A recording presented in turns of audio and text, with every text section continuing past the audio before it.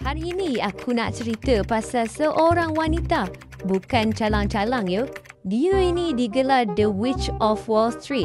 Tapi jangan ingat dia pakai topi sihir ataupun naik penyampu terbang.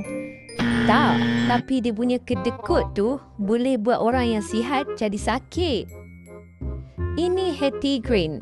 Atau nama penuh dia Henrietta Holland Robinson Green. Lahir tahun 1834 dekat Amerika Syarikat. Masa itu, dia dilahirkan dalam keluarga yang sangat kaya raya, bisnes perkapalan dan bank.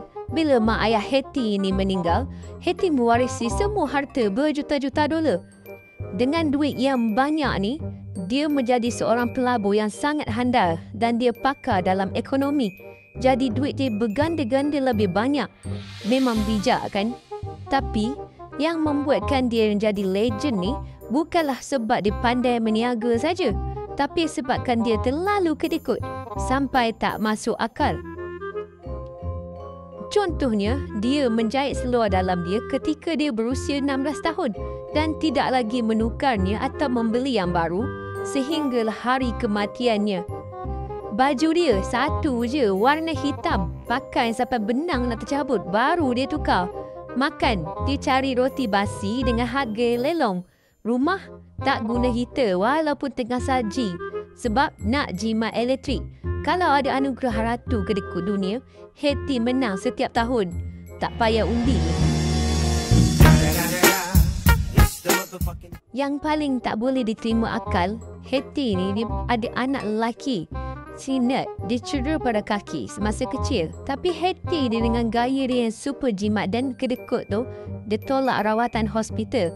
Dia bawa anak dia pergi berata-rata cari klinik yang percuma. Hasilnya, lambat sangat kaki anak dia dapat rawatan, lalu kaki anak dia dipotong. Kalau anda rasa mak anda marah bila lampu tertutup, ingatlah Hetty Green, mak yang berjimat cermat sampai anak jadi OKU. Walaupun Hetty ni kedekut, kita tak boleh nak nafikan dia memang genius dalam pelaburan. Dia berjaya kumpul kekayaan yang luar biasa. Masa wanita lain tak dibenarkan pun pegang akaun bank sendiri. Tapi sampai ke akhir hayatnya, dia hidup macam orang miskin papa kedana. Bila meninggal tahun 1916, harta dia bukan main banyak. Tapi dia tetap dikenal sebagai simbol kedekut tahap legend. So, pengajaran hari ini, jimat tu bagus. Tapi jangan sampai anak putus kaki. Kalau kaya, jangan kedekut sangat. Hidup ni sekali je. Enjoy lah sikit. Kalau korang suka kisah pelik macam ni, jangan lupa tekan like, share and subscribe channel ni, Storyverse Dunia. Kita jumpa lagi dalam kisah seterusnya yang pasti lebih gila dan mind-blowing. Bye-bye.